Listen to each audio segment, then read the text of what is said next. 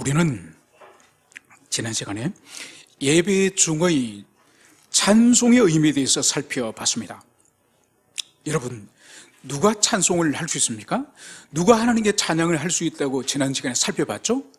바로 찬양을 하지 않을 수 없는 그런 가슴을, 그런 경험을 가진 사람은 반드시 찬양을 할 수밖에 없다는 거죠. 심지어 입을 틀어막더라도 찬양을 할 수밖에 없는 가슴을 가진 사람은 반드시 찬양을 한다는 거죠.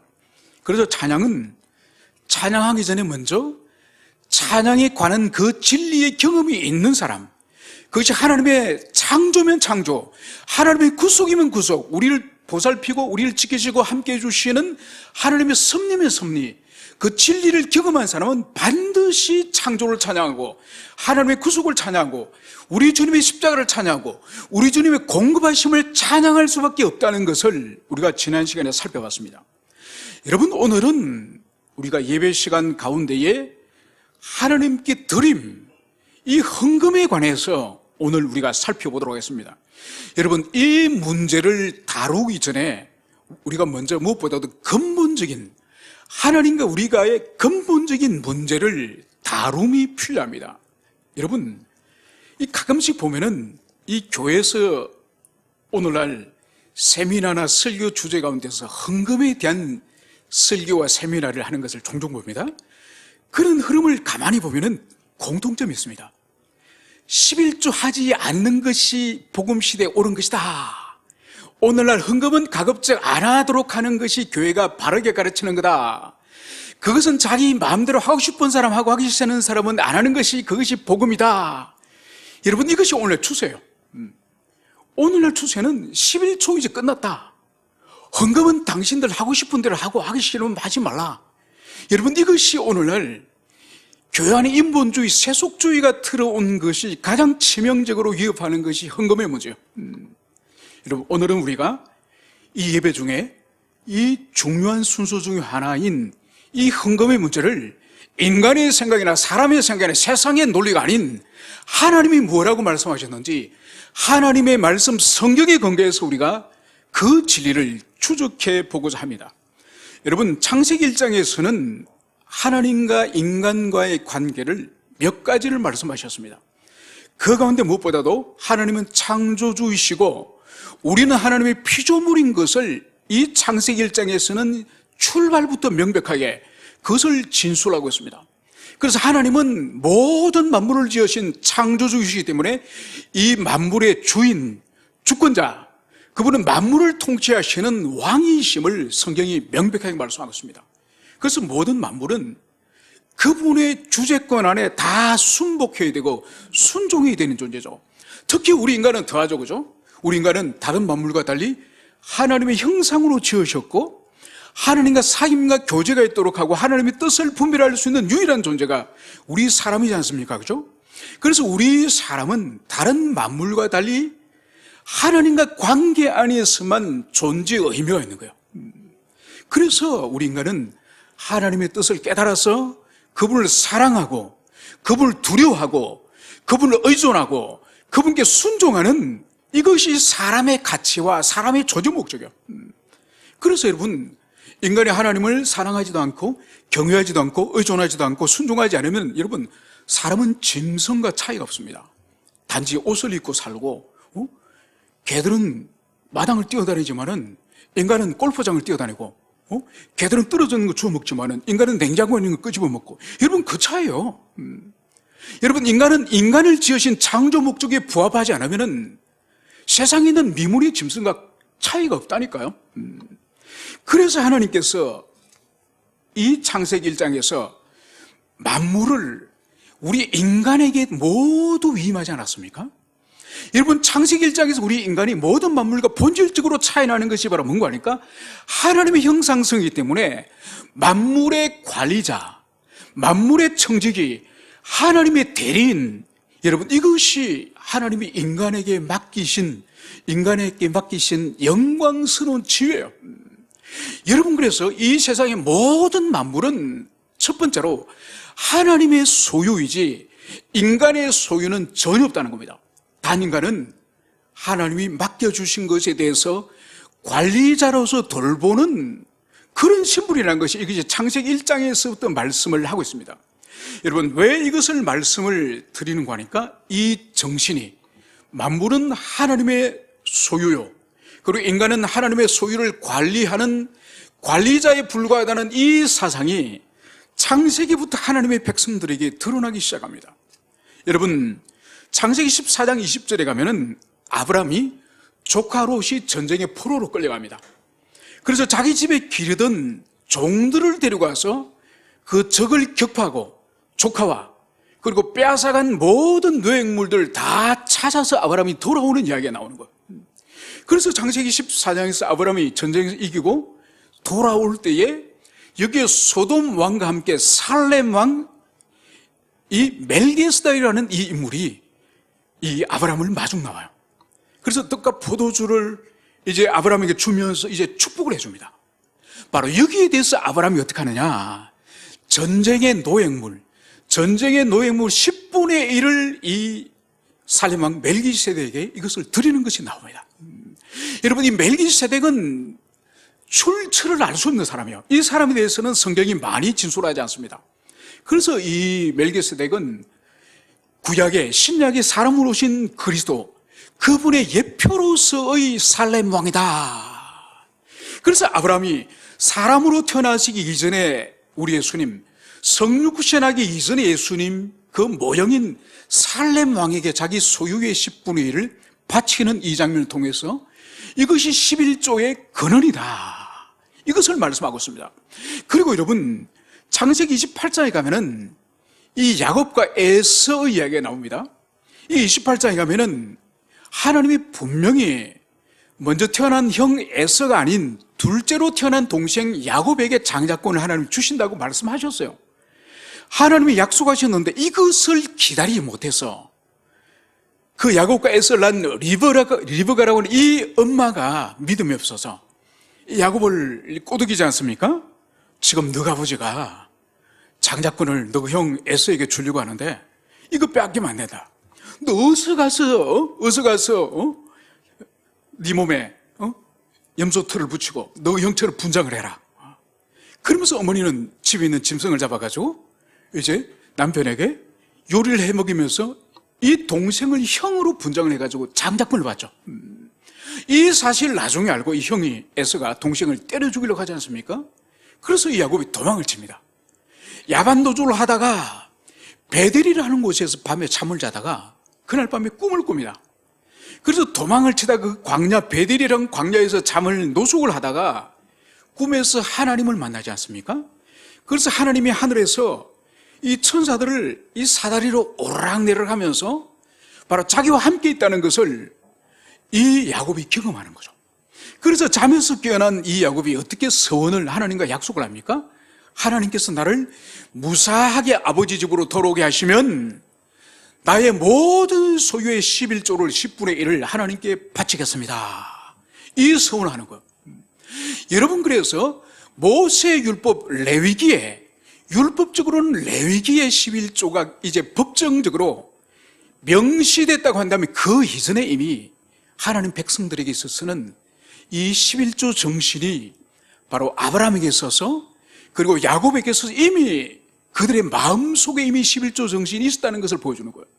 여러분, 이것은 뭔가 하니까 창세기 1장에서 하나님이 만드신 모든 만물을 인간에게 맡기셨다고 하는, 바로 인간은 하나님의 소유를 위임받는 존재라고 하는, 그래서 모든 만물은 하나님의 것이기 때문에 아브라함이나 야곱이나 바로 하나님이 주신 전부 가운데 일부인 10분의 1, 11조를 드리는 것이 전혀 야곱이나 아브라함에게는 어색한 것이 아니에요. 그래서 이 11조 정신이나 이 헌금 정신, 이 헌물의 정신, 예물의 정신은 바로 창세기를 근거로 해서 모든 만물이 하나님의 소유이기 때문에 그 소유의 일부를 다시 하나님께 돌려드린 이것은 이 성경의 정신에 너무나도 자연스러운 것이라는 것을 먼저 여러분들이 이것을 마음에 두고 그러고 나서 11조나 헌금 정신을 그것을 우리가 생각을 해야 되는 것이죠. 이제 하나님께서는 레위기 27장 30절과 33절 사이에 30절과 33절 사이에 이렇게 말씀을 하고 있습니다. 그리고 그 땅의 10분의 1, 곧 그 땅의 곡식이나 나무의 열매는 그 10분의 1을 여호와의 것이니 여호와의 성물이라. 또 만일 어떤 사람이 그의 11조를 물으려면 그것이 5분의 1을 더할 것이요, 모든 소나 양의 11조는 목자의 지팡이 아래로 통과하는 것의 10번째의 것마다 여호와의 성물이 되리라. 그 우위를 가리거나 바꾸거나 하지 말라. 바꾸면 둘 다 거룩하리니 무르지 못하리라. 여러분, 이 아브라함으로부터 그리고 야곱으로부터 이스라엘 백성들의 조상들이 계속 11조를 하고 있었습니다. 하고 있었는데 이것을 시내산에서 하나님께서 이제 영원한 규례로 이 11조를 레위기 모세 오경의 율법으로서 이제 제정하시는 거예요. 여러분, 이 레위기를 우리가 살피기 전에 먼저 이 레위기를 처음 받는 히브리인들, 이 유태인들의 이 상황을 먼저 우리가 이해해야 됩니다. 이들은 430년 동안 이집트에서 노예였습니다. 여러분, 노예에게 자기 토지가 있습니까? 자기 소유가 있습니까? 자기 기업이 있습니까? 여러분, 노예는 노예예요. 아무것도 없습니다.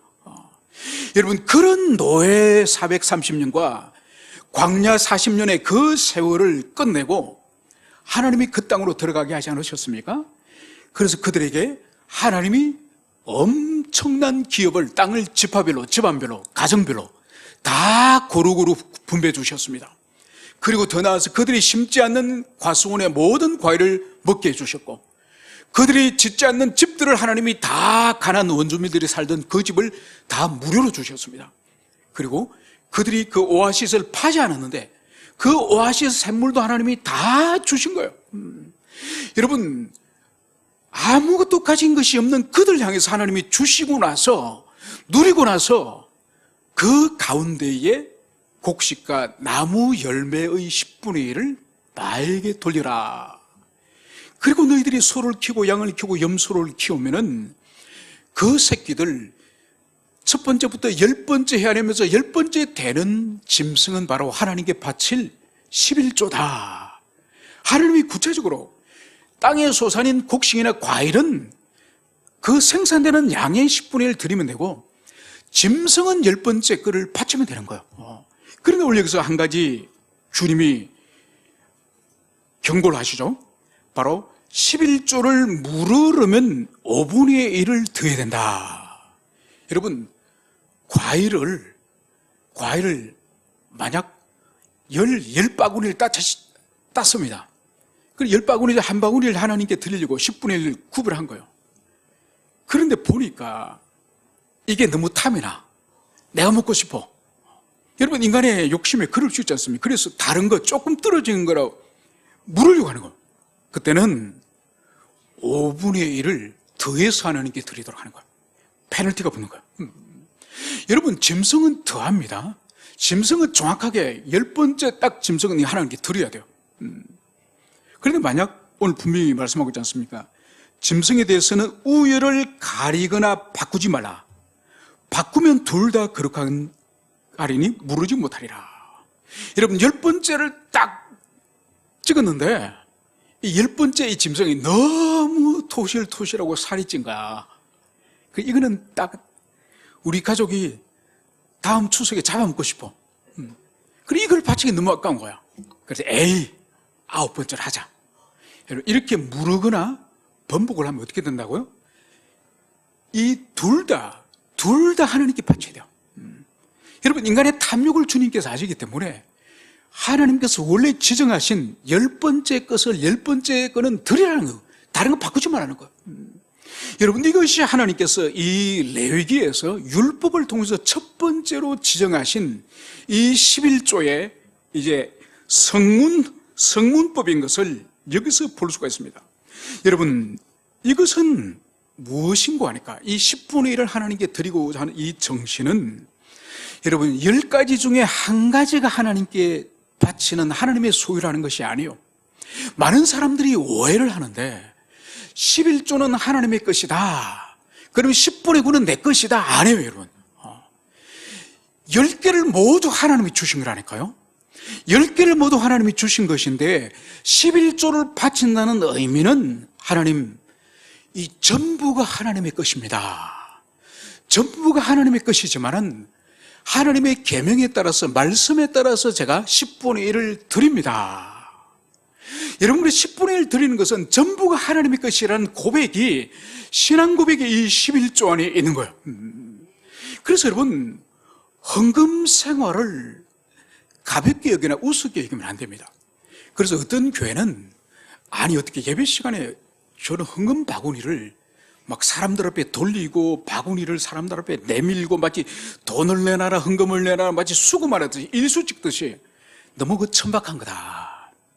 알아서 적당히 뒤에 헌금함에 넣고 싶은 사람 넣고, 넣기 싫은 사람 넣지 않고, 뭐 그러는 것이 헌금을 바구니를 사람들 앞마다 돌리고, 여러분 이것은 올바르지 않은 생각이에요. 여러분들 가운데 오늘 헌금을 11조도 하셨고 추정 헌금도 하셨지만은, 여러분 헌금 가운데 사기친 돈으로 헌금한 사람은 손들어 보십시오. 여러분 도둑질 한 사람은 손들어 보십시오. 이런 없습니다. 여러분 수천 명 수만 명 가운데 혹 사기꾼 성도가 있을지는 모르지만은, 대부분 그리스도인은 자신이 드리는 헌금은 자신이 정당하게 직장 생활에서 싫은 소리 듣고, 마음 상하는 소리 듣고, 땀 흘리고 눈물 흘리고 피를 흘리면서 모은 그 모든 물질이 사실은 우리가 하나님께 헌금을 드리는 거예요. 여러분, 그래서 이 헌금은 우리의 피자 눈물이자 땀으로 이루어진 아주 소중한 거예요. 여러분, 그래서 구약에는 하나님이 현물로 드리도록 하지 않습니까? 11조가 곡식으로, 또 양으로 염소로 현물로 드리고 하지만은, 오늘날 이 시대는 현물로 직장에서 여러분들이 살 한 달에 일하고 100만 받습니까? 여러분들이 참기름으로 50병을 받고 있습니까? 여러분 그거 없습니다. 다 현금으로 다 받습니다.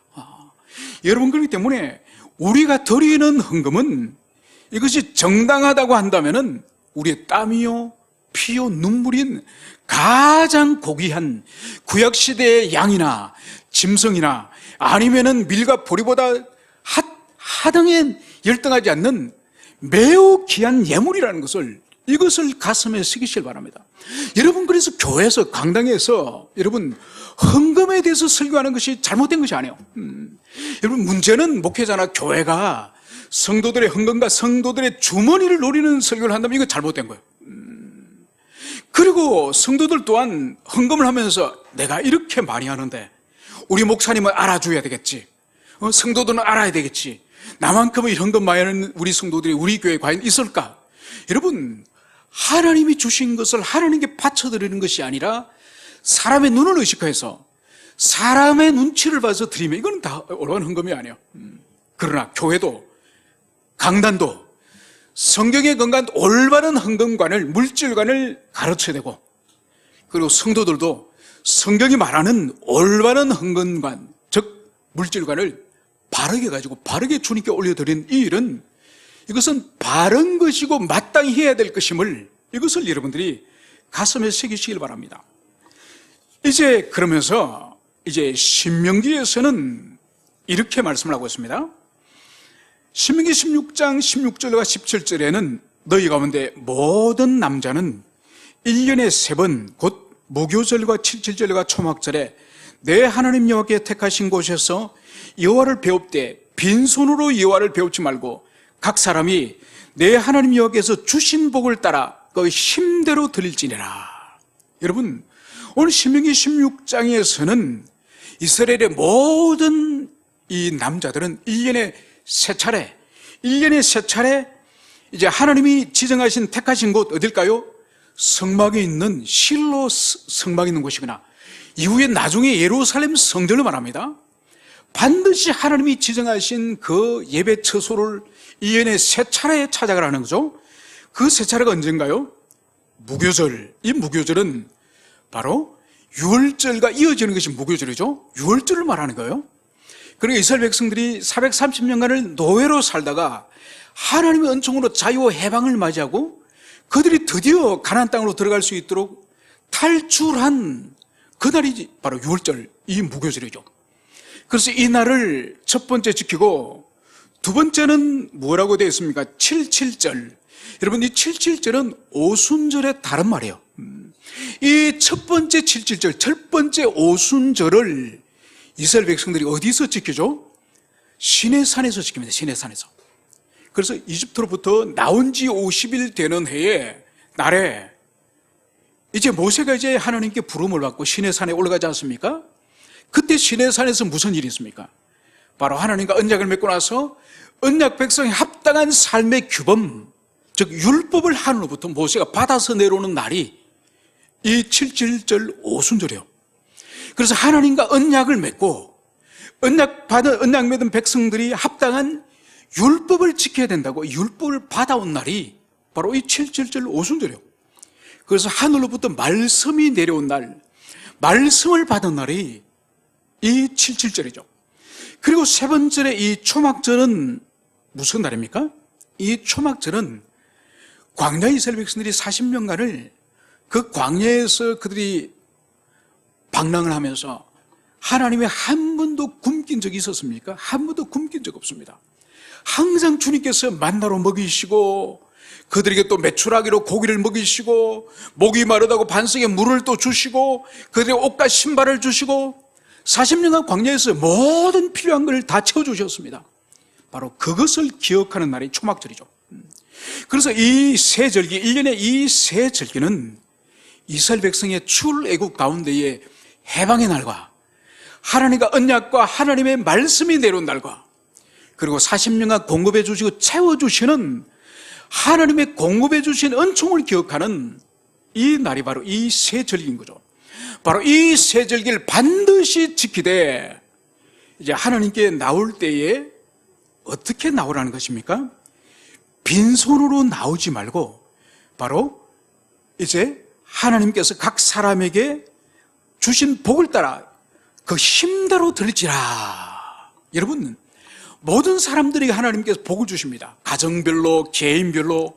오늘 성경은 하나님께서 빈손으로 들고 빈손으로 나오지 말고 주님이 주신 복을 따라 드리라고 하는데 그 힘대로 하나님이 주신 대로.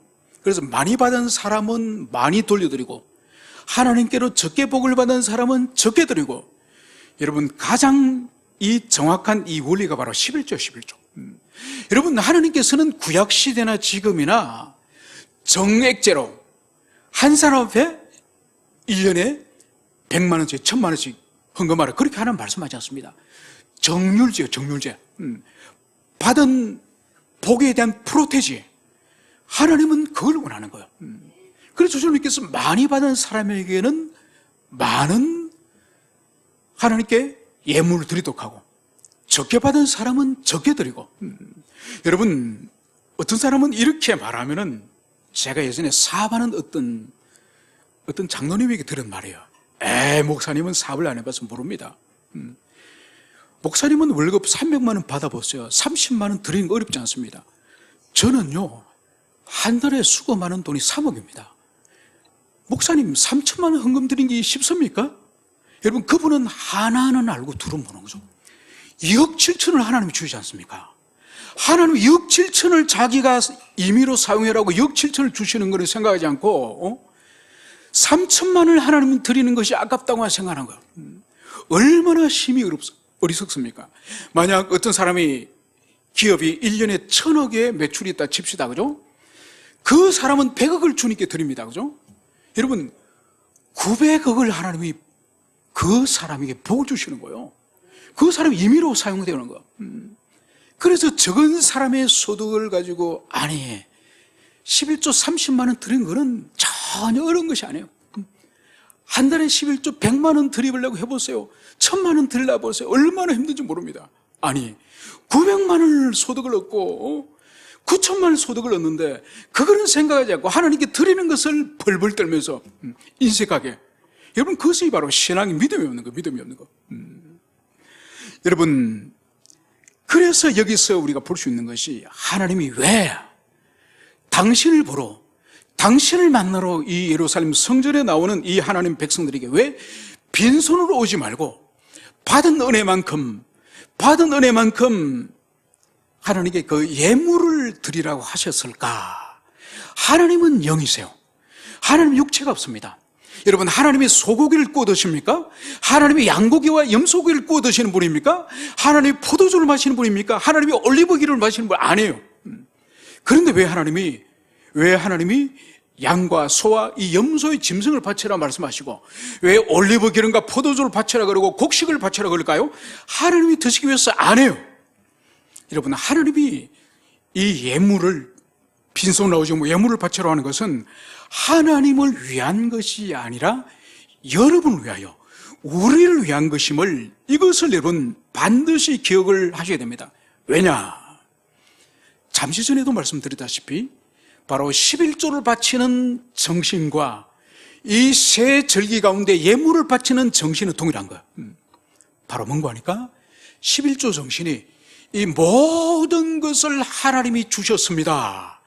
모든 것이 하나님의 은총입니다. 이것을 고백하는 것처럼 이스라엘 백성들의 이 세 절기는 하나님의 구속의 은총과 관계되는 세 절기예요. 여러분, 어제가 설 명절이지 않습니까? 우리 민족에게 가장 큰 명절은 설과 추석이에요. 여러분, 설은 어떤 의미인지 아십니까? 농경 문화에 이제 1년의 농사일을 이제 시작합니다. 조상님, 이제 시작하니 도와주십시오. 이게 설이요, 설. 그리고 추석은 무슨 의미죠? 조상님, 1년의 농사를 모두 끝냈습니다. 이제 이 농사의 이 추수의 만물을 받아주십시오. 여러분, 그래서 농경 문화에서 설과 추석은 농경 일의 시작과 마침을 상징하는 걸 한다면, 이스라엘 백성들의 이 세 절기는 농경과 전혀 상관없습니다. 농경은 이 땅에 먹고 마시는 땅의 것을 기억하는 거라고 한다면은, 이스라엘 백성들의 세 절기는 하늘의 절기, 하늘의 절기. 하늘의 하나님께서 구원하시고 언약을 체결하시고 말씀을 주시고, 그리고 하늘 양식을 통해서 먹이시고 돌봐주신다고 하는 바로 하늘을 기억하는 것이 이 히브리인들의 세 절기인 거죠. 여러분, 그래서 이 세 절기에 예물을 드린다는 의미 또한 뭔가 하니까 하나님이 우리를 구속하셨고 우리를 공급해 주셨고 우리를 채워주셨다고 하는 이 신앙 고백이 이 신명기 16장에 등장하는 새 절기의 예물을 드리는 것임을, 이것을 여러분들이 가슴 깊이 새기시길 바랍니다. 이것에 대해서 다윗의 고백에서는 더 명백하게 우리가 볼 수 있습니다. 다윗은 시편 24편 1절에서 이렇게 말씀을 하고 있습니다. 땅과 거기 충만한 것과 세계와 그 중에 거하는 자가 다 여호와의 것이로다. 여러분, 다윗에게 있어서는 이 세계, 이 땅과 또 땅에 충만한 모든 하나님이 지으신 이 피조물, 그리고 세계와 그 중에 거하는 자, 이 모든 것이 바로 여호와의 것이다. 그래서 다윗의 신앙은 모든 만물에 대한 하나님의 주권이 분명한 그의 신앙 고백입니다. 여러분, 그래서 우리가 매주 드리는 헌금 또한 하나님이 주시는 물질, 하나님이 주셔서 우리에 있게 한 이 소유물, 이 모든 것은 하나님의 것입니다. 이 신앙 고백이 우리가 헌금을 드리는 것. 여러분, 헌금은 하나님이 필요해서 드리는 것이 아니라니까요. 그것이 아니라 우리가 가지고 있고 우리가 소유하고 우리가 지니고 있는 모든 것들이 하나님이 주셔서 하나님의 소유입니다. 이 신앙 고백의 행위가 바로 헌금 정신인 거죠. 그리고 역대상 29장에 가면은 다윗 왕이 이 하나님의 성전을 짓기 위해서 이제 모든 검은 보화와 돌과 나무와 모든 재료를 다 모은 이야기가 이 역대상 29장에 나옵니다. 비록 이것을 모았지만은 건축은 아들 솔로몬이 하지 않습니까? 이 29장에는 모든 재료를 다윗이 다 모았음을 이제 다윗이 하나님께 고백하면서 하나님께 기도하는 장면이 나옵니다. 저희들이 이렇게 성전 건축을 위해서 완벽한 준비를 끝냈습니다. 이 기도를 하나님께 드리는 거죠. 그래서 이렇게 기도를 합니다. 나와 내 백성이 무엇이기에 이처럼 즐거운 마음으로 드릴 힘이 있었나이까? 모든 것이 주께로 말미암아 사오니 우리가 주의 손에서 받은 것으로 주께 들었을 뿐이다. 우리 하나님 여호와여, 우리가 주의 거룩한 이름을 위하여 성전을 건축하려 미리 저축한 이 모든 물건이 다 주의 손에서 왔사오니 다 주의 것이니라. 여러분, 이 다윗의 이 성전을 바쳐드리기 위한 이 헌금한, 이 모았던 이 물질에 대한 이 기도만큼 우리 그리스도인의 물질관, 우리 그리스도의 경제관에 대해서 가장 잘 요약되어 있는 것이 바로 이 다윗의 기도문이에요. 오늘 다윗이 무엇보다도 이 모든 하나님께 지금 성전을 바치기 위해서 드리는 모든 물건이 다 주의 손으로부터 왔사오니 다 주의 것이다. 여러분, 다윗은 모든 하나님께 바쳐드린 이것이 본래 하나님의 소유, 하나님의 것이라고 하는 이 명백한 이 신앙 고백이 여기 있습니다. 여러분, 이것이 우리에게 있는 거예요. 여러분, 우리가 바쳐드리는 헌금과 11조가 하나님의 것이 아니라 먼저 여러분, 우리 자신이 하나님의 것이에요. 그리고 우리 가정과 소유와 우리의 자녀와 심지어 우리의 재능과 은사와 심지어 우리 건강과 이 모든 것을 하나님이 주셨고 하나님의 소유라고 하는 이 분명한 우리의 인식이 있어야 되는 거예요. 여러분, 그래서 오늘 보세요. 이 다윗의 백성이 무엇이길래 이처럼 즐거운 마음으로 드릴 힘이 있나이까? 여러분, 지금 다윗의 백성들은 하나님께 엄청난 예물을 지금 바치지만은 어떤 마음으로 드린다고요? 억지로? 왕이 집집마다 다 헌금하라 하니까 억지로 하는 거예요? 억지로 그래 하니까 겨우 조그만 이렇게 인색하게 하는 거 아니에요. 오늘 다윗은 자신과 자신의 백성들이 이처럼 즐거운 마음으로 드릴 힘이 있나이까? 여러분, 지금 다윗과 백성은 하나님께 이 바쳐드림이 얼마나 큰 즐거움으로 바쳐드리는지 몰라요. 여러분, 모세가 성막을 지을 때도 마찬가지요. 성막을 지을 때도 나중에는 백성들이 너무 많이 바쳐서 하나님이 모세에게 이제 좀 그만 가져오라 그래라. 여러분, 그때는 이스라엘 백성들이 은혜가 넘치니까, 심령의 은혜가 넘치니까 필요 이상의 너무 많은 것을 바쳐서 하나님이 이제 그만 드리라 이렇게 말할 정도예요. 오늘 다윗과 그의 백성들이 엄청난 성전을 바치는 이 물건을, 헌물을 드릴 수 있는 이 원리, 기쁨으로 바치는 이 원리, 바로 즐거운 마음으로, 여러분, 즐거운 마음으로 이 모든 예물을 드릴 수 있다는 거예요. 왜? 바로 모든 것이 주께로 말미암아서오니 우리가 주의 손에서 받은 것으로 주께 드렸을 뿐이다. 여러분, 다윗의 놀라운 신앙 고백을 하지 않습니까? 엄청난 예물을 주님께 드렸지만은 여기에는 주님께로부터 받은 것을 다시 주님께 드린 것뿐입니다. 자신들이 어떠한 공로나 어떠한 자신들이 하나님께 헌물을 드린 것에 대한 뻐기는, 자랑하는 이런 교만을 여기서 찾아볼 수가 있습니까? 전혀 찾아볼 수 없는 거죠. 하나님이 주신 것을 다시 하나님께 돌려드렸을 뿐입니다. 여러분, 이게 참다운 믿음이고 이것이 바로 우리 자신을 비롯하여 모든 소유에 대한 하나님의 주권을 인정하는 이 헌금정신, 예물정신의 근본이라는 것을, 이것을 여러분들이 가슴에 새기시길 바랍니다. 여러분, 그러면서 어떤 사람들은 이제 예수님이 이 땅에 오심으로, 십자가의 죽으심으로 말미암아서 이제 11조를 비롯하여 헌금 생활은 끝이 났다, 이제 자신이 바치고 싶은 만큼 자신이 마음대로 하는 거다, 이렇게 많은 사람들이 말을 합니다. 자, 그러면 계속적으로 성경을 살펴보도록 하겠습니다. 마태복음 23장 23절에 가면 예수님께서 바리새인을 책망하세요. 바리새인을 책망하면서 그들의 위선과 그들의 삶에 그 진정성이 없는 그 삶을 주님이 책망하시면서 23절에 이렇게 말씀하십니다. 화 있을진저. 이 화 있을진저는 저주를 선언하는 거예요. 예수님이 저주를 선언합니다. 외식하는 서기관들과 바리새인들이여, 너희가 박하와 회향과 근초의 11조는 들이되 율법에 더 중한 정의와 궁일과 믿음은 버렸도다. 그러나 이것도 행하고 저것도 버리지 말아야 할지니라. 여러분, 예수님께서 지금 바리새인과 서기관들을 지금 책망을 하고 있습니다. 그 책망의 이유 중에 하나가 오늘 이 바리새인에 대한 책망은 여러 가지를 말합니다. 여러 가지를 말하면서 우리가 대표적으로 기도 생활도 예수님이 바리새인의 기도 생활도 책망하죠. 그 가운데 하나가 오늘 여기서 예수님이 책망하는 것 중 하나가 11조 문제를 가지고 책망하세요. 이렇게 예수님이 말씀하고 있습니다. 너희가 박하회양과 근처의 11조는 들이되. 여러분, 우리가 잠시 전에 레위기에서 하나님께서 이스라엘 백성들에게 11조를 어떤 것에 11조를 바치라고 주님이 분명히 말씀하셨죠. 거기에 내용이 어떤 것입니까?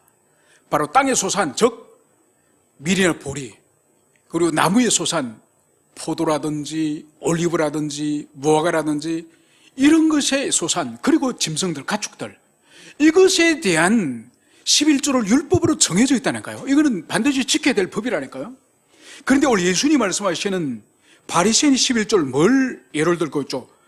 박하와 해양의 근초의 11조. 여러분, 이것은 뭔가 하니까 이 당시에 이스라엘 백성들이 그들도 우리와 달라요. 이 낮에는 45도에서 한 50도 정도로 올라가는 엄청난 뜨거운 그런 지방입니다. 그래서 사람들이 땀을 많이 흘립니다. 그래서 몸에서 이렇게 땀 냄새라든지 채취 냄새가 많이 나는 거죠. 그래서 이 몸에 나는 이 향기를, 나쁜 향기를 채취를 없애기 위해서 이 사람들이 뭘 하느냐. 여기 있는 이 박하와 해안가 근처에 이거는 뭔가 아니야. 허브종. 이것을 말려가지고 가루를 내가지고 이 집안이나 이 방의 거실에 이것을 가루를 뿌립니다. 그러면 사람의 채취 냄새가 나지 않고 향기가 나겠죠? 그리고 이 이것을 음식에 넣어서 먹습니다. 그래서 이것은 뭔가 하니까 율법에서 말하는 11조 내용에 들어가지도 않아요. 포함도 안 됩니다. 포함도 안 되는 것을 이 바리새인과 이 서기관들이 얼마나 하나님이 요구하지도 않는 박하와 해안과 이 근처의 11조마저도 이 텃밭에서 가꾸는 이 허브까지도 11조를 드릴 정도로 이들이 얼마나 엄격하게 11조를 드리는지 모릅니다.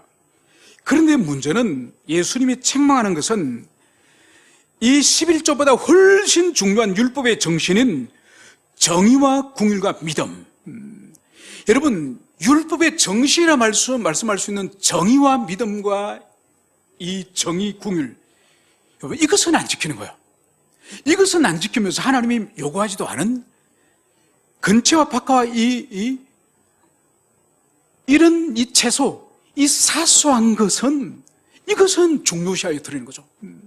여러분, 어리석은 사람과 지혜로운 사람의 인생의 삶을 가만히 보면은 이런 차이가 있습니다. 지혜로운 사람은 중요한 것은 중요하게 다뤄요. 중요하지 않는 것은 중요하지 않게 다룹니다. 어리석은 사람은 어떤지 알아요? 중요한 문제를 가볍게 다뤄요. 가벼운 문제를 목숨을 걸어요. 오늘 여러분, 이 바리새인과 서기관이 지금 그런 거예요. 율법에 있어서 가장 중요한 것은 바로 이웃을 향한 사랑인 이 자비가 중요하고, 그리고 하나님 앞에 바로 의롭게 살아가는 이 삶, 여러분, 이것이 율법의 정신이고 이것은 목숨을 걸어야 되는 거죠. 그러나 율법에서 정하지도 않은 박하와 근처 해양에 이 11조를 드리는 게 너무나도 사소한 문제. 바리새인은 이런 것은 지키면서 율법의 정신을 지키지 않는다. 지금 예수님이 이것을 탄핵하시는 거예요.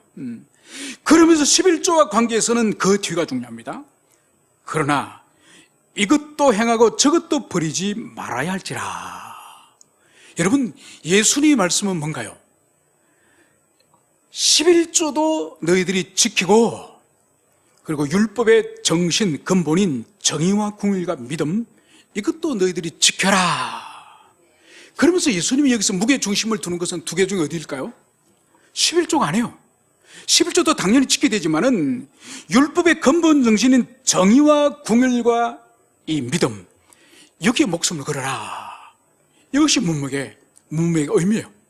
그래서 예수님은 율법을 폐하러 오신 분이 아니에요. 여러분, 예수님 율법의 폐결한 자가 아닙니다. 많은 사람들이 예수님이 십자가 죽으시고 율법을 폐지하셨다고 이해하는데 아니요. 그래서 예수님은 산상수훈에서 이렇게 직접 말씀하신 거죠. 내가 율법이나 선지자를 폐하러 온 줄로 생각하지 말라. 폐하러 온 것이 아니요, 완전하게 하려 함이라. 전심으로 너희들에게 이르노니 천지가 없어지기 전에 율법의 1.1획도 결코 없어지지 아니하고 다 이루리라. 여러분, 예수님 율법을 펴러 오신 분이라, 율법을 완성하시러 온전히 이루러 오신 분이라는 것을, 이것을 여러분들이 가슴에 새기기 바랍니다. 여러분, 바울도 마찬가지죠. 바울도 로마서 3장 31절에서 이렇게 말씀하고 있습니다. 우리가 믿음으로 말미암아 율법을 폐하느뇨 그럴 수 없느니라. 도리어 율법을 굳게 세우느니라. 여러분, 바울도 율법을 폐한다고 말씀하지 않았어요. 예수 그리스도 십자가 죽으심을 통하여 우리가 그분을 믿음으로 말미암아 폐하는 것이 아니라 오히려 율법을 굳게 세우는 것이다. 이것이 바로 바울이 율법과 복음에 대한 이해라는 것을, 이것을 여러분들이 가슴에 새기길 바랍니다. 그러면서 우리가 마지막으로 읽었던 고린도후서 8장 1절에서 5절은 특별히 고린도 교회를 향해서 사도 바울이 헌금에 대한 교훈을 하는 것이 이 고린도후서 8장 1절에서 5절의 말씀이에요. 여러분, 이 배경이 되는 것이 뭐냐? 이 고린도 교회는 여러분 알다시피 항구 도시고 아주 부자 도시예요, 부자 도시. 그래서 이 고린도 교회도 얼마나 돈이 많은 사람이 많은지 모릅니다. 그런데 이 부자 도시, 항구 도시 이 고린도 교회가 하나님께 드리는 이 헌금은 매우 인색하고 매우 보잘것없는 그런 헌금을 드렸음을 볼 수 있습니다. 그래서 바울 사도가 자신이 목양하였던, 자신이 개척하였던 교회 가운데 마게도니아 교회를 예를 들어서 지금 이 고린도 교회를 책망하는 내용이 오늘 고린도후서 8장 1절에서 5절의 말씀입니다. 제가 1절에서 5절을 다시 한 번 더 읽어드리면, 형제들아, 하나님께서 마게도니아 교회들에게 주신 은혜를 우리가 너에게 알리노니 환난의 많은 시련 가운데서 그들의 넘치는 기쁨과 극심한 가난이 그들의 풍성한 연보를 넘치도록 하게 하였습니다. 내가 정하노니 그들이 힘대로 할 뿐 아니라 힘에 지나도록 자원하여 이 은혜와 성도 섬기는 일에 참여함에 대하여 우리에게 간절히 구하노니 우리가 바라던 것뿐 아니라 그들이 먼저 자신을 죽게 드리고 또 하나님의 뜻을 따라 우리에게 주었도다. 여러분, 오늘 바울 사도는 이 부유한 고린도 교회를 향해서 이 마케도니아 교회에게 지금 헌금을 드리는 이 헌금 정신과 상황, 그 마게도니아 교회의 환경을 지금 이야기하고 있습니다. 오늘 바울이 먼저 1절에서 이 형제들에게, 고린도 형제들에게 내가 하나님께서 마게도니아 교회에 어떤 은혜를 주는지 너희들에게 내가 알게 하겠다. 그래서 마게도니아 교회에 하나님께로부터 받은 은혜를 지금 나누는 거예요. 그러면서 이 마게도니아 교회는 지금 어떤 상태냐? 환난의 많은 시련 가운데서 그들의 넘치는 기쁨과 극심한 가난이 그들의 풍성한 연보를 넘치도록 하였느니라. 여러분, 이 마게도니아는 어딘가 하니까 사도 바울이 2차 선교를 하지 않습니까? 2차 선교가 이 바다를 건너가서 유럽의 빌립보를 중심으로 해서 거기에 마게도니아 이 지방에 선교를 하지 않습니까? 그래서 빌립보 교회를 비롯해서 그 주변에 있는 데살로니가 교회라든지 이 여러 개의 교회들이 바로 이 마게도니아 교회예요. 이 교회는 이방인들로 된 그런 교회들입니다. 그리고 내륙에 있는 교회들이에요. 이 지역에는 로마 황제 숭배가 아주 심했던 교회예요. 그래서 박해가 아주 심했습니다. 그래서 이 교회들은 오늘 바울이 말하고 있는 것처럼 환난의 많은 시련 가운데 큰 환난과 시련이 지금 이 마게도니아 교회에 지금 임하였고, 그리고 극심한 가난이 지금 있었음을 보여주고 있습니다. 여러분, 그런데 놀라운 것은 뭔가요? 환난이 많고 극심한 결핍과 가난 가운데 있지만은 이들이 어떤 상태라고요? 넘치는 기쁨, 그리고 풍성한 연보, 많은 헌금을 하나님께 드렸다는 것을 오늘 바울은 이것을 진술하고 있습니다. 여러분, 우리가 이 말씀을 읽으면 이해가 안 됩니다. 아니, 환난이 그렇게 많고 그리고 극심한 가난이 있는데 어떻게 환난 가운데서 넘치는 기쁨이 있고 또 풍성한 연보를 도대체 어떻게 드릴 수 있나? 이건 모순이 아닌가? 여러분, 이 생각을 할 수 있습니다. 여러분, 제가 질문해 볼게요. 어떤 사람이 풍성한 헌금 생활을 하나님께 할 수 있을까요? 자, 1번 부자인 성도, 돈이 많은 성도가 풍성한 헌금을 한다. 2번 하나님께 은혜를 많이 받은 사람이 한다. 1번일까요? 2번일까요? 여러분, 말할 필요가 없습니다. 여러분, 집이 부유한 사람들 가운데 얼마나 인생한 사람이 많은지 아십니까? 여러분, 정말 빌딩을 몇 개씩이나 가지고 있고 자기는 벤츠를 타고 다니면서 얼마나 인색한 사람이 있는지 모릅니다. 여러분, 그러나 어떤 사람은 분명히 소유가 별로 없고 사회적인 경제적인 능력이 별로 없는데 힘에 지나도록 하는, 지나도록. 여러분, 그 비결을 오늘 바울은 분명히 말하고 있습니다. 그들의 넘치는 기쁨. 여러분, 찬양을 누가 할 수 있다고 그랬습니까? 찬양할 이유가 있는 사람. 찬양할 이유가 있는 사람이 하나님께 열렬히 찬양을 하는 것처럼, 여러분, 헌금은 누가 하는 거예요?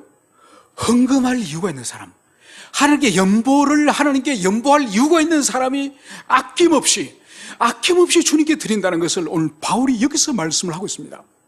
여러분, 그래서 보세요. 오늘 이 마게도냐 사람들이 하나님께 물질을 드렸던 이 원리를 마지막 구절에서 이렇게 말씀하고 있습니다. 그들이 먼저 자신을 주께 드리고 또 하나님의 뜻을 따라 우리에게 주었도다. 여러분, 이 마게도니아 사람들이 극심한 환난과 극심한 가난 속에서도 차고 넘치도록 하는 게 드릴 수 있었던 것은 그들이 넘치는 영혼의 기쁨, 하나님의 은총 가운데 있었기 때문에 아낌없이 드릴 수 있었다고 오늘 말씀을 하면서 그 원리가 바로 먼저 자신을 하나님께 드렸다. 여러분, 우리 자신이 하나님께 이미 하나님의 소유가 됐다고 한다면 우리의 재능을 하나님께 바치는 것이 어렵겠습니까? 우리에게 하나님 주신 물질을 바치는 것이 어렵겠습니까? 여러분, 전혀 아깝지 않습니다. 여러분, 자신이 아직 하나님의 소유가 아니기 때문에, 자신의 존재가 하나님께 속하지 않기 때문에 뭐를 바치도 아까운 거예요. 뭐를 바치도 적게 바치고 싶고 가능하면 드리지 않기를 원하고. 여러분, 결국은 그 본질이 뭔가요? 하나님을 사랑하지 않는 사람들, 하나님께 믿음으로 드리지 못하는 사람 속에 웅크리고 있는 것은 바로 물질에 대한 탐욕의 탐욕. 물질에 대한 탐욕의 본질이 바로 우상 숭배, 자기 사랑을 한 우상이 그 사람 속에 또아리를 틀고 있기 때문에 절대로 하나님께 기쁨으로 차고 넘치도록 바치지 못한다는 것을 볼 수 있죠. 여러분, 사도행전 2장에 가면은 이 초대교회가 성령을 받고 나서 그들에게 있어서 놀라운 변화가 하나 일어납니다. 그 변화가 일어나는 그 장면을 이 사도행전 44장과 45장에서는 이렇게 말씀하십니다. 성령 강림으로 성령이 충만하니 믿는 사람이 다 함께 모든 물건을 통용하고 재산과 소유를 팔아 각 사람의 필요를 따라 나누어주며. 사도행전 4장에서는 또 이렇게 말씀하고 있습니다. 믿는 무리가 한 마음과 한 뜻이 되어 모든 물건을 서로 통용하고 자기 재물을 조금이라도 자기 것이 하느니가 하나도 없도다. 여러분, 교회 전년 교회 역사 가운데 가장 성령에 충만한 이 오순절 성령 강림의 사건, 이때에 모든 교회의 영혼들이 성령에 충만하니 이때 일어난 일이 바로 뭐죠? 자기 모든 소유를 팔거나 내놓아서 그 물건이 필요한 사람들에게 다 나누어서 사용하도록 물건을 통용하는 이 일이 일어났음을 오늘 성경이 말씀하는 것. 여러분, 이것은 인류 역사상, 교회 역사상 단 한 번 있었던 일이에요. 그래서 성령의 충만함, 하나님의 은총의 충만함이 일어났을 때는 반드시 자기 소유를 모두 주님께로 돌리는 이런 은총이 일어남을 보여주고 있습니다. 마지막으로 한 예를 든다고 한다면 예수님이 붙잡혀서 십자가 달리시기 돌아가시기 직전에 이제 옥합을 깨뜨린 여인에 대한 이야기를 여러분은 아실 겁니다.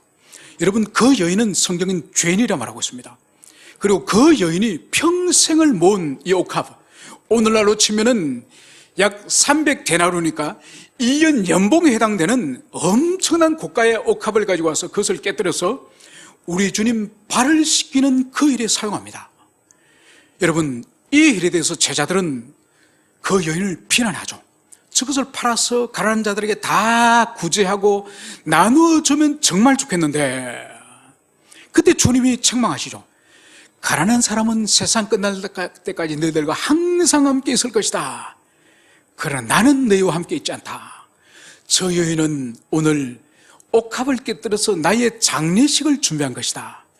세상 끝날 때까지 저 여인의 헌신을 교회는 기대될 것이다. 이렇게 말씀하지 않으셨습니까? 여러분, 옥합을 깨뜨린 여인에게는 옥합이 자기의 모든 소유의 전부입니다. 그 여인은 그 옥합이 자신의 모든 재산의 전부이고 그것이 자기 인생의 미래로서 소망입니다. 소망. 그런데 여인이 그 옥합을 붙들고 옥합이 자신의 우상이 되고 옥합의 소망을 가지고 살아가다가 바로 우리 주님을 만나지 않았습니까?